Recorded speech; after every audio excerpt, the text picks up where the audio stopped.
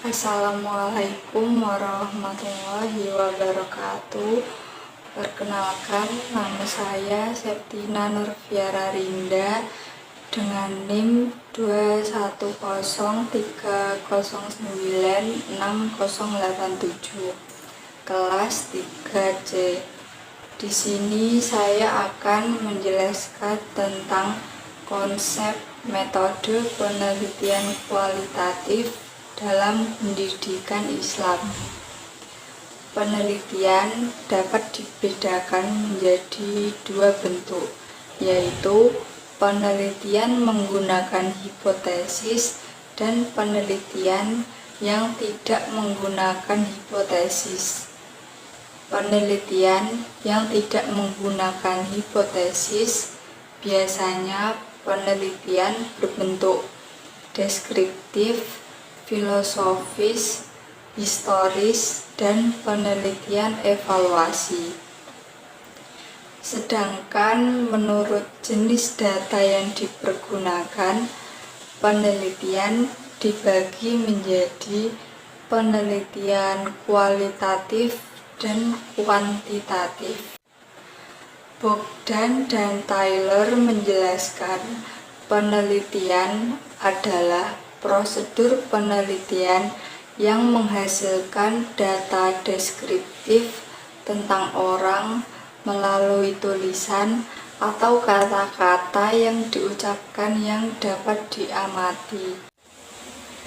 Penelitian kualitatif dalam pendidikan Islam merupakan upaya untuk menyajikan konsep visi misi agama dan perspektifnya di dalam dunia dari segi konsep, perilaku, persepsi, dan persoalan tentang manusia yang diteliti. Misalnya dapat berupa penelitian tentang kehidupan, riwayat, dan perilaku seseorang. Rancangan penelitian kualitatif dalam pendidikan Islam, penelitiannya bersifat sementara karena ketika penelitian berlangsung, peneliti secara terus-menerus menyesuaikan rancangan tersebut dengan proses penelitian dan kenyataan yang terjadi di lapangan, khususnya di dalam dunia pendidikan.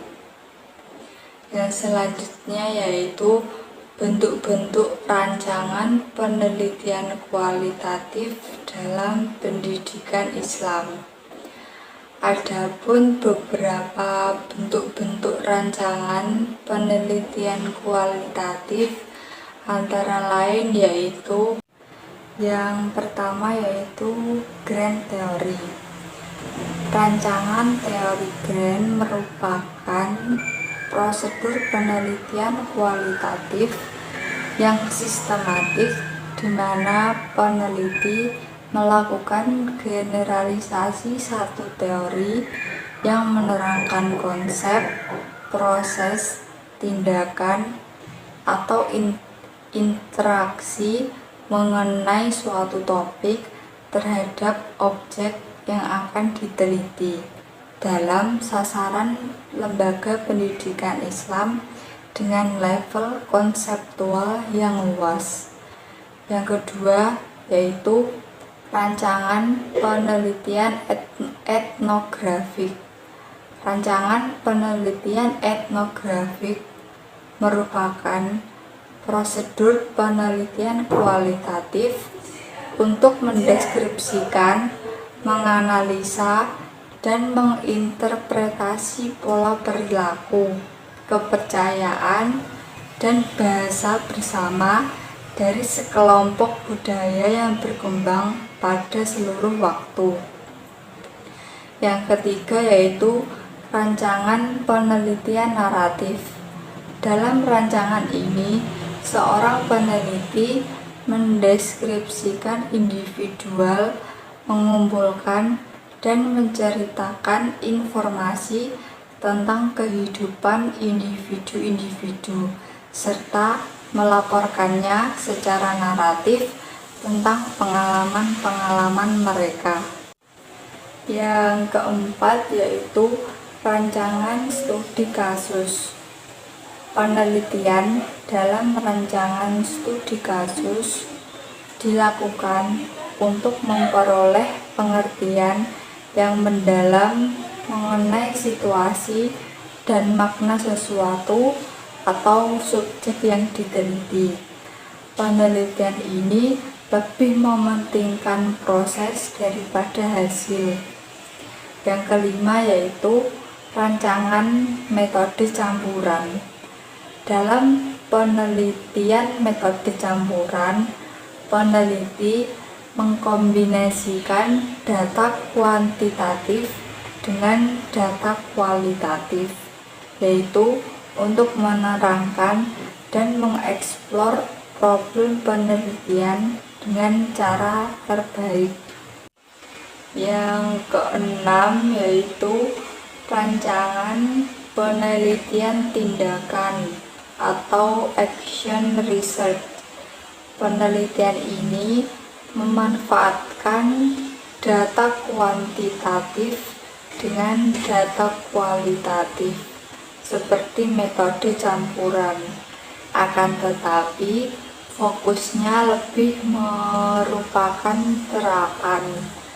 Tujuan penelitian ini dalam dunia pendidikan adalah untuk meningkatkan praktek pendidikan dan pengajaran di mana guru melaksanakannya berkaitan dengan problem yang mereka hadapi dalam setting sekolah.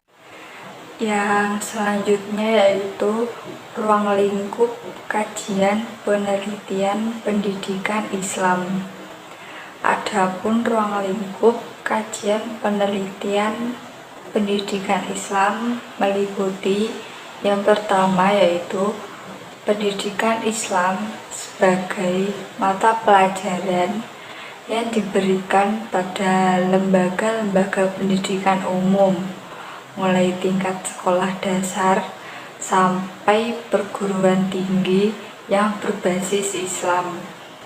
Yang kedua, pendidikan Islam sebagai lembaga pendidikan formal, non-formal, dan informal.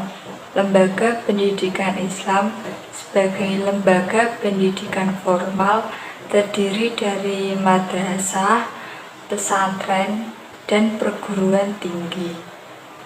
Lembaga pendidikan Islam sebagai lembaga pendidikan non-formal terdiri dari madrasah ibtidaiyah, Raudhatul Atfal, masjid, surau, dan lain-lain. Lembaga pendidikan Islam sebagai lembaga pendidikan informal terdiri dari pendidikan keluarga dan lingkungan. Yang ketiga yaitu pendidikan Islam sebagai sistem.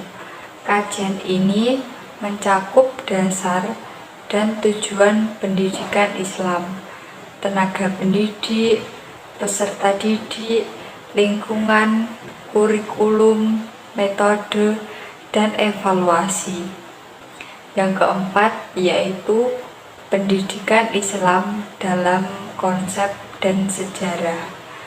Kajian konsep mencakup penelitian tentang konsep-konsep pendidikan di dalam Al-Quran dan hadis.